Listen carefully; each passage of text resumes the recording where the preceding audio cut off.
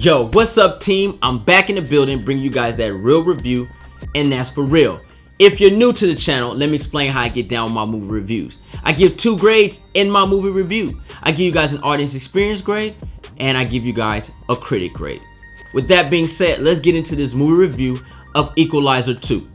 This movie takes place right after Equalizer 1, where we find a retired DIA agent named Rob McCall living a simple life as a Lyft driver. So one of his closest friends is killed. Well, Rob McCall ain't having that shit, so he sets out a path of revenge to find the killers of his good friend. That's the movie. Let's talk about this story. What did I think about the story, guys? Well, first things first. I like this story. I dug this story. I was worried because Equalizer 1 was so good. I was like, how are they going to replicate something so good? And what they did not do that. They didn't replicate anything. They just made a better story. And I dug that. This story was very unique in so many elements for an action film. Usually action films is, you know, wham bam, thank you ma'am, bow bow bow bow bow, let me get this, you killed my puppy, bow bow bow, oh you got my car, bow bow bow bow, you got my girl. It wasn't that. This story started off very emotional. And it showed us who Rob McCall really was. In part 1, we got this idea that he wanted to, you know, help people because he had did so much wrong. But in fact, we got a little bit more out of the story. We saw that he was truly, genuinely a good man, even more so than part 1. This story had a lot of feelings in it. Through Rob McCall, through just characters coming into play, showing us where he filled voids.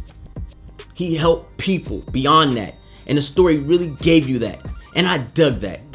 It really gave us that. It gave us a new side of Rob McCall.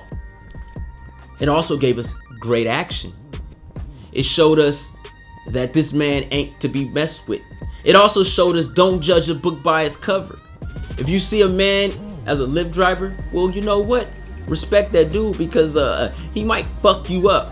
That's basically what it gave us. It gave us so much. But I really dug this story. It was cool. It was a popcorn eating movie, but at the same time a tear giving film.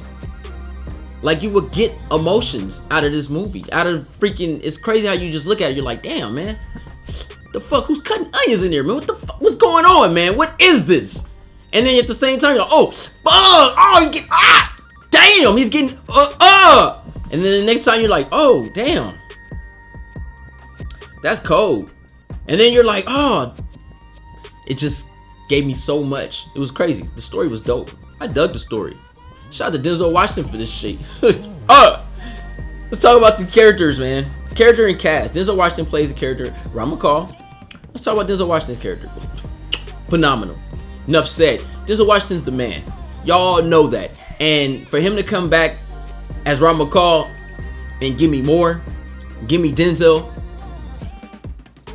You rarely see this Denzel Washington anymore nowadays because he's older. You know, he's just here to, you know, let's get this money, let's get this. I can act, I can do this. But when you see Denzel put in, I'll say 50% of him, you getting a good film. And seeing him as Rob McCall, he has became Rob McCall now. I no longer saw Denzel Washington playing Robert anymore.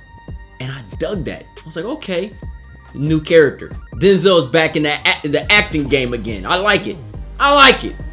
Love Denzel Washington in this movie. Real talk. And then Melissa Leo comes in the building. I can't wait till you guys see her. The acting in this movie was amazing. I truly appreciated these actors in this film, keeping it 100 with you guys, because the actors were no longer the characters. This was the characters. I was watching the actors take it to another level and becoming these characters, and I appreciate that in film because you rarely see that nowadays, because nowadays it's just big names over characters and you no longer care about who the character is because you're watching the actor 100% and you never feel that feeling. And I think that's what made the story so great, because you actually felt it. It's kind of weird because you know these actors are getting paid to act. So you know at the end of the day, they go back to their normal home. But when you no longer acknowledge that these are actors anymore, and you feel for the characters, and you see people die, you see people get hurt, you see feelings, you gain that. And that's what it's all about when it comes to acting. And I truly appreciate the acting and cast in this film. Let's talk about the director. Antoine Fuqua comes back in the building once again to direct Equalizer 2. Usually when you see directors come back, they don't do that well they second time around. However, Antoine, man, this boy good. He put his foot in this shit right here, bruh. The action scenes, the emotional scenes, bruh. Hey, you did your thing. My gosh, this boy is good. For real. Antoine Fuqua comes in the building, baby, and he gives me an A+ directing film. 100%. He did his thing in this movie. From the, bruh, this brother can direct emotion. This brother can direct action. This brother can direct straight dialogue. This brother can direct ass whoopings before they occur. This boy good. My gosh, he did his thing. No complaints from him at all. Let's talk about the music and score. When niggas getting their ass whooped, you don't really care about it. I didn't care. I didn't even hear it. Nothing was epic when it came to the score. Keep 100 with you. The action scenes was just amazing. Denzel Washington, the engagement with the ass whoopings he was giving, telling people come here, the spy tactics he had, it was amazing. It was amazing. It was amazing. What a great film. Oh my gosh. Let me talk about pros and cons. Pros, good movie. Cons, not enough. Straight up, I wanted more. I ain't gonna lie, I wanted more. At the end, I said, damn, I need that part 3 right now. Let's talk about the audience experience. The audience was very engaged with this movie, as well as I was. We felt some type of way when it was time to feel some type of way. We were engaged with the ass whoopers that we're giving. At the same time, enjoying our food, laughing with one another, seeing something funny, seeing something dope. Ooh, get him. The audience was very engaged with this film. Probably one of the best experiences I've had in a film this year. Equalizer 2 was that shit. Let's give it this grade. It's well deserved. Audience experience. This movie gets a killer A in audience experience.